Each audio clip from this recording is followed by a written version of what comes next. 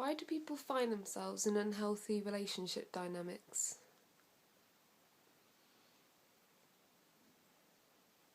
Well, there's two ways you could look at this, basically.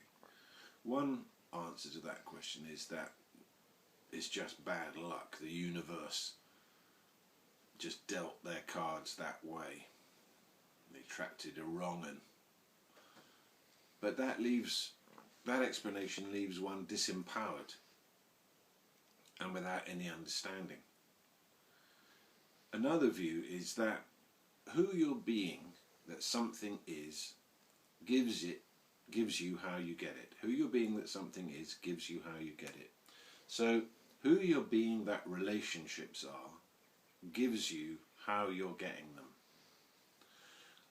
When we say who you're being that something is, what we mean by that is who you're being that something is what you're thinking about it, both consciously and unconsciously.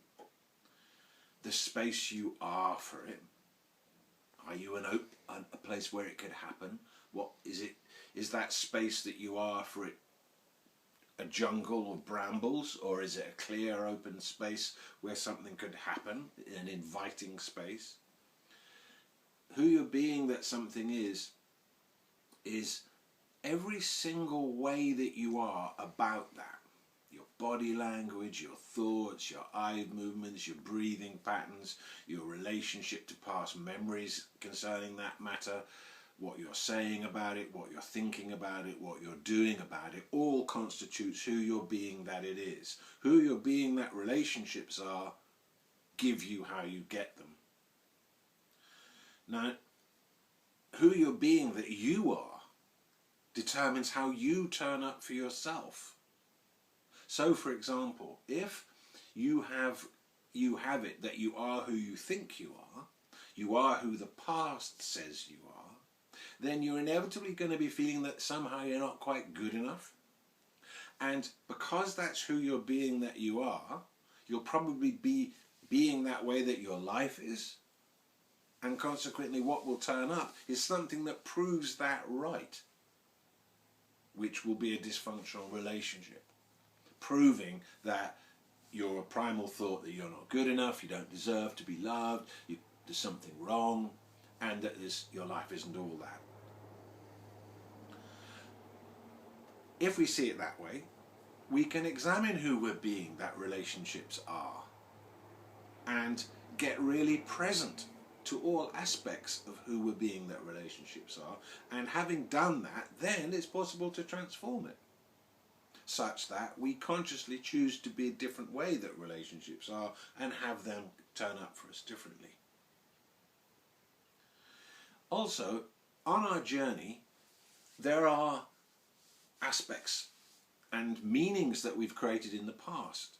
So, for example, if we were in our primal programming about relationships was our parents who had a very dysfunctional one, then the programming that we have about relationships from a deep level is not a good one.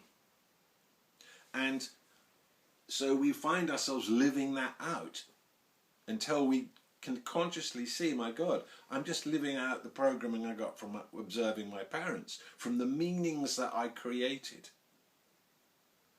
Who we're being that something is also means the meanings that we've given it.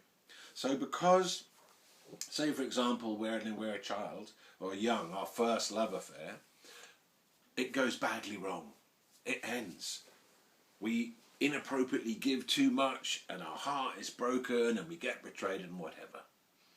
The meaning we can give that, and this is common, is that you could say, somehow I don't quite have all the programming. Other people have got the software. I haven't got all the software on relationships, and that's why they never work for me and they never will. That's who I am. And so we create a meaning that is like a self-fulfilling prophecy. So we attract people that exactly match who we're being that relationships are for us. But it really is coming out of only a meaning that we created, out of perhaps a misunderstanding and a misinterpretation in a time of trauma way back then. And then people notice that they have similar relationships keeping on occurring. And that again makes them think, oh, you know what, I always get the wrong ones. I always end up getting cheated on. I always end up getting attacked violently. I had one person who had 5 successive relationships with what looked like really nice people, and each one of them ended up beating her up. I said, well, at some point you've got to see that you're the common factor in this. So, you know, it's a good way of looking at it, that the relationship you're in directly corresponds to something in you. Never mind the other person. You're never going to know what that other person is about. You will never know them as they know themselves. There is no fixed way that they are. It's not really your concern. Look to yourself. If you're in a dysfunctional relationship, if you're in a violent relationship, if you're in a relationship that's not working, look to yourself. That's where the answer is. And once you find who you're being that relationships are, such that they turn up that way, then you can transform them. And this is what's amazing, because there isn't a fixed way that you are in the matter of relationships, or in the matter of yourself, or in life. There's nothing fixed. So once you see how you've crystallized it and solidified it, then, and only at that point, can you then create a transformation. And I've seen that. I've lived that. And I've seen it in others, having tremendous breakthroughs in who their being that relationships are, such that they turn up in a new way. So a dysfunctional relationship has an enormous amount to tell us on our pathway of growth. And one more thing. Say 2 people get together and there's a lot of love there and they feel really good about each other, and then some issue comes up and they start arguing. That doesn't mean that the relationship isn't viable. That doesn't mean that it's not a good relationship. Because there's a principle which is that love brings up anything unlike itself for the purpose of healing.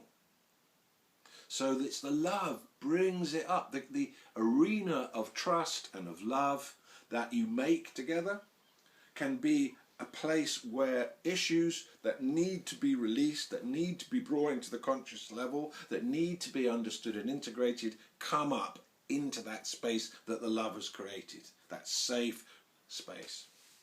So it doesn't necessarily mean that it's not viable. However, where there's violence, physical violence, then you have to really think, what is this? Why am I attracting this to myself? Is this really what I want? And make some good choices. Because if you transform who you're being, that love is, that relationship is, it will turn up for you differently. And people think, you know, oh, I'm so ugly, or I'm so kind of crazy that I can only really hope to attract, you know, because I'm wounded, I can only really hope to attract somebody who, you know, I'll take anybody who will have me. But the thing is this, you know, that if you live like that, if you think like that, then that is what will happen. But it's not the truth about you. Actually, because you're a human being, you're really good at loving. That's something you can do. You can love.